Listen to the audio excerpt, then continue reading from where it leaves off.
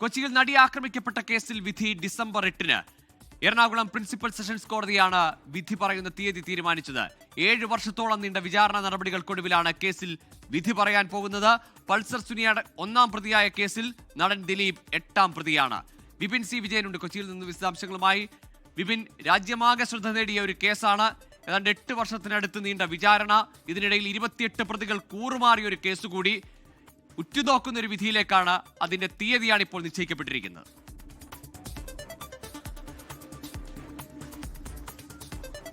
അതേ ഗോകുൽ, ഇന്നേക്ക് 13-ാം നാൾ കേരളം ഏറെ ചർച്ച ചെയ്ത വളരെ സുപ്രധാനമായ ഒരു കേസിന്റെ വിധി പറയാൻ പോവുകയാണ്. അത് കൊച്ചി പ്രിൻസിപ്പൽ സെഷൻസ് കോടതിയാണ് അതിൻ്റെ വിധി പറയുന്നത്.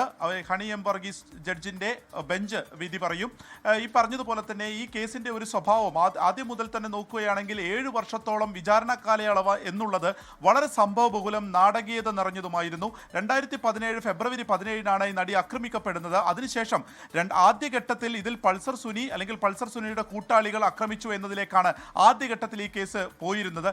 അതിനുശേഷമാണ് പിന്നീട് 6 പേർ ചേർന്ന് ഇതൊരു കൊട്ടേഷൻ ആയിരുന്നു. കേരളം എന്നല്ല, ഒരുപക്ഷെ ഇന്ത്യ തന്നെ കേട്ടുകേൾവിയില്ലാത്ത രീതിയിൽ ഒരു ബലാത്സംഗ കൊട്ടേഷൻ ആയിരുന്നു എന്നുള്ളത് പ്രത്യേക അന്വേഷണ സംഘം കണ്ടെത്തുകയും 1 മുതൽ 6 വരെ പ്രതികൾ ഈ കൃത്യത്തിൽ നേരിട്ട് പങ്കെടുക്കുകയും മറ്റുള്ളവർ ഇതിനൊരു ഗൂഢാലോചന നടത്തിയില്ല. അതിൽ ഏറ്റവും പ്രധാനമായത് കേരളത്തിലെ ഒരു പ്രധാനപ്പെട്ട നടൻ അതിൽ അറസ്റ്റിലാകുന്നു എന്നുള്ളതാണ്. നടൻ ദിലീപ് ഈ കേസിൽ 8-ാമത്തെ പ്രതിയായി അന്വേഷണ സംഘം അറസ്റ്റ് ചെയ്യുന്നു. ഇതിൽ ഗൂഢാലോചന നടത്തി എന്നുള്ളതാണ് ദിലീപിനെതിരെ കണ്ടെത്തിയത്. അതിനുശേഷം 85 ദിവസങ്ങൾക്ക് ശേഷമാണ് ദിലീപിന് പിന്നീട് കേസിൽ ജാമ്യം ലഭിക്കുന്നത്. പിന്നീട് അങ്ങോട്ടേക്ക് ഈ കേസിൽ മെമ്മറി കാർഡ് വിവാദം വരുന്നു. അമ്മയിൽ നിന്ന് ദിലീപിനെ പുറത്താക്കുന്നു. ഇപ്പോൾ 2022 ബാലചന്ദ്രകുമാറിന്റെ പുതിയ ആരോപണങ്ങൾ വരുന്നു. ഈ മെമ്മറി കാർഡിലെ ദൃശ്യങ്ങൾ അത് ഒരു VIP വഴി ദിലീപിന്റെ കയ്യിൽ കിട്ടിയിട്ടുണ്ടായിരുന്നു എന്നും ദിലീപ് അത് വീട്ടിൽ വെച്ച് ആ ദൃശ്യങ്ങൾ കണ്ടിട്ടുണ്ടായിരുന്നു എന്നുള്ളതും വളരെ സുപ്രധാന മൊഴിയാകുന്നു. അതിനുശേഷം പുതിയ FIR ഇട്ടുകൊണ്ട് തന്നെ അതിലൊരു അന്വേഷണം നടത്തുകയും ഒരാളെ കൂടി പ്രതി ചേർക്കുകയും ചെയ്യുന്നു. ആദ്യഘട്ടത്തിൽ 13 പ്രതികളാണ് ഈ നടി ആക്രമിക്കപ്പെട്ട കേസിൽ ഉണ്ടായിരുന്നത്. അതിൽ 2 പേരെ ഒഴിവാക്കുന്നു, ഒരാളെ മാപ്പുസാക്ഷിയാക്കുന്നു. ഇപ്പോൾ ദിലീപ് അടക്കം 10 പേരുടെ ശിക്ഷാവിധിയാണ് ഇനി പ്രഖ്യാപിക്കുക. അത് 8-ാം തീയതിയാണ് ഈ കേസ് വീണ്ടും പരിഗണിക്കുന്നത്. പല തവണയായി ഈ കേസ് പരിഗണിച്ചിരുന്നു. 266 സാക്ഷികൾ ഉണ്ടായിരുന്നു. 1600-ലേറെ രേഖകളും കോടതിക്ക് മുൻപാകെ വന്നു. അതിലാണ് 28 പേർ അതിൽ കൂറുമാറുകയും ചെയ്തിട്ടുണ്ട്. അതുകൊണ്ട് തന്നെ ഈ കേസ് ഇനി എന്തായിരിക്കും, ഇതിന്റെ ഒരു വിധി, നീതി ലഭിക്കുമെന്നുള്ളത് അതിജീവിത വളരെയധികം പ്രതീക്ഷിക്കുന്നു. ഒപ്പം തന്നെ കുറ്റവിമുക്തനാകുമെന്ന് ദിലീപ് പ്രതീക്ഷിക്കുന്നു. ഇതിലെ അന്വേഷണ സംഘമുണ്ട്. ഇതുവരെ ഉണ്ടായിരുന്ന പല നീക്കങ്ങളും ഉണ്ടായിരുന്നു. അത് സാമൂഹികമായി തന്നെ വലിയ ചലനമുണ്ടാക്കി. സിനിമാ മേഖലയിൽ തന്നെ വലിയ മാറ്റങ്ങൾ വരുത്തി. WCCയുടെ പിറവിക്ക് കാരണമായി. ഇത്തരത്തിൽ കേരളം കോലിളക്കം സൃഷ്ടിച്ച ഒരു കേസിന്റെ വിധിയാണ് ഡിസംബർ 8-ാം തീയതി വരാൻ പോകുന്നത്. ഇന്ന് 1 മുതൽ 5 വരെയുള്ള പ്രതികൾ കോടതിയിൽ ഹാജരായിരുന്നു. അതിനുശേഷം ഇപ്പോൾ ജാമ്യത്തിലാണ്. ദിലീപ് ഉൾപ്പെടെയുള്ളവർ ജാമ്യത്തിലാണ്. ഇനി ഈ കേസിൽ എന്തായിരിക്കും അതിൻ്റെ ഒരു വിധി എന്നതിനനുസരിച്ചായിരിക്കും അതിൻ്റെ അനുരണനങ്ങൾ ഇനിയും മലയാള സിനിമയിൽ എന്നല്ല, ഒരുപക്ഷെ കേരളത്തിൽ തന്നെ വലിയ ചലനങ്ങൾ സൃഷ്ടിക്കാൻ പോകുന്നതായിരിക്കും എന്നുള്ളതും തീർച്ചയാണ് ഗോകുൽ. വിപിൻ, അത് മാത്രമല്ല, ഈ പ്രധാന കേസിനോടൊപ്പം തന്നെ ഇതിനിടയിൽ അന്വേഷണം പല വഴിക്ക് നീങ്ങി. ഒന്ന്, അന്വേഷണ ഉദ്യോഗസ്ഥർക്കെതിരായ ഗൂഢാലോചന എന്ന വെളിപ്പെടുത്തൽ വന്നു. അതിൽ അന്വേഷണം.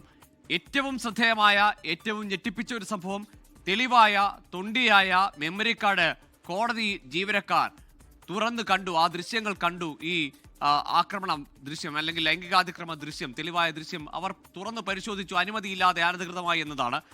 കോടതിയിലെ ഈ മെമ്മറി കാർഡിന്റെ സുരക്ഷയടക്കം ചോദ്യം ചെയ്തുകൊണ്ട്, അല്ലെങ്കിൽ ഈ തെളിവിന്റെ തൊണ്ടിമുതലിന്റെ സുരക്ഷയടക്കം ചോദ്യം ചെയ്തുകൊണ്ട് ഈ അതിജീവിതയ്ക്ക് വീണ്ടും വീണ്ടും കോടതികളെ സമീപിക്കേണ്ട സാഹചര്യം വരെ ഉണ്ടായി.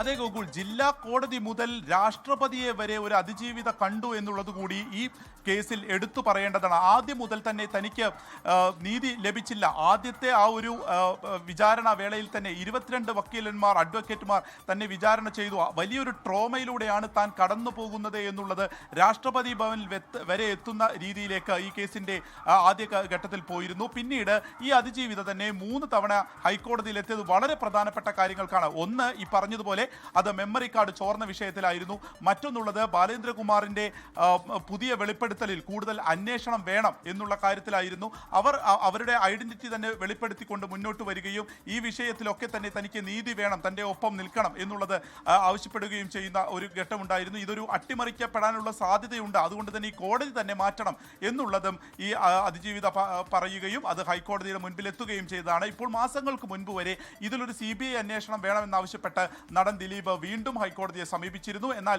ഈ വിചാരണ അതിൻ്റെ അന്ത്യഘട്ടത്തിൽ എത്തി നിൽക്കുന്ന ഒരു ഘട്ടത്തിൽ ഇപ്പോൾ അതിന് സാധ്യമാവില്ല എന്ന് കണ്ടുകൊണ്ടാണ് ആ ഹർജി തള്ളുകയും ചെയ്തിട്ടുള്ളത്. കേസിന്റെ തുടക്കം മുതൽ തന്നെ ഇതിലൊരു CBI അന്വേഷണം ആവശ്യപ്പെട്ടുകൊണ്ട് തന്നെ ദിലീപ് കോടതിയിലേക്ക് എത്തുകയും അത് കോടതി തള്ളിക്കളയുകയുമായിരുന്നു. അതിന്റെ വിചാരണ നടക്കട്ടെ എന്നുള്ള ഒരു തീരുമാനമായിരുന്നു കോടതിയുടെ ഭാഗത്ത് നിന്ന് ഉണ്ടായത്. അതിലാണ് ഇപ്പോൾ 28 പേർ കൂറുമാറുകയും ചെയ്തിരിക്കുന്നത്. ഒരു പക്ഷേ ഇത്ര വലിയ ഒരു വിചാരണ കാലയളവ് ഒരു കേസിൽ എന്നുള്ളത് തന്നെ ഒരു അപൂർവമായിരിക്കും. കാരണം 7.5 വർഷത്തോളം ഈ കേസിന്റെ ഓരോ ഘട്ടത്തിലായി വന്നിരുന്നു. പക്ഷെ അത് എപ്പോഴേക്കോ ഒന്ന് തണുത്തുപോയൊരു സമയത്താണ് ബാലേന്ദ്രകുമാറിന്റെ ഈ പറഞ്ഞ നിർണായകമായ വെളിപ്പെടുത്തൽ വരുന്നത്. ഈ മെമ്മറി കാർഡ് ചോർന്നു എന്നുള്ള വിവരങ്ങൾ പുറത്തേക്ക് വരുന്നത്, അത് ദിലീപ് വീട്ടിൽ വെച്ച് കണ്ടു എന്നുള്ളതും ഇത്തരത്തിലുള്ള വളരെ പ്രധാനപ്പെട്ട കാര്യങ്ങൾ പുറത്തേക്ക് വരുന്നു. അതിന്റെ ഓഡിയോകൾ അടക്കം പിന്നീട് കോടതിയിലേക്ക് എത്തുകയും ബാലേന്ദ്രകുമാർ നേരിട്ട് കോടതിയിൽ രഹസ്യമൊഴി നൽകുകയും ചെയ്തു. അതിനുശേഷമാണ് കേസ് വീണ്ടും ഒന്ന് ചൂടാവുന്നതും പിന്നീട് ഈ കേസ് വളരെ സജീവമാവുകയും നാടകീയമായ പല രംഗങ്ങൾക്കും വേദിയാവുകയും ചെയ്തത്. ഇപ്പോൾ അതിന്റെ വിധി പ്രസ്താവം അത് 8-ാം തീയതി ആയിരിക്കും എന്നുള്ളതാണ്.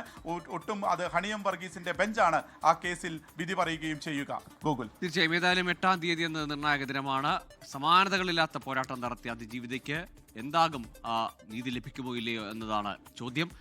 ഏറെ ചർച്ച ചെയ്യപ്പെട്ട കേസിന്റെ വിധിയാണ്. നടിയെ ആക്രമിച്ച കേസിൽ വിധി വരികയാണ് ഇനി 13 ദിവസത്തിനപ്പുറം.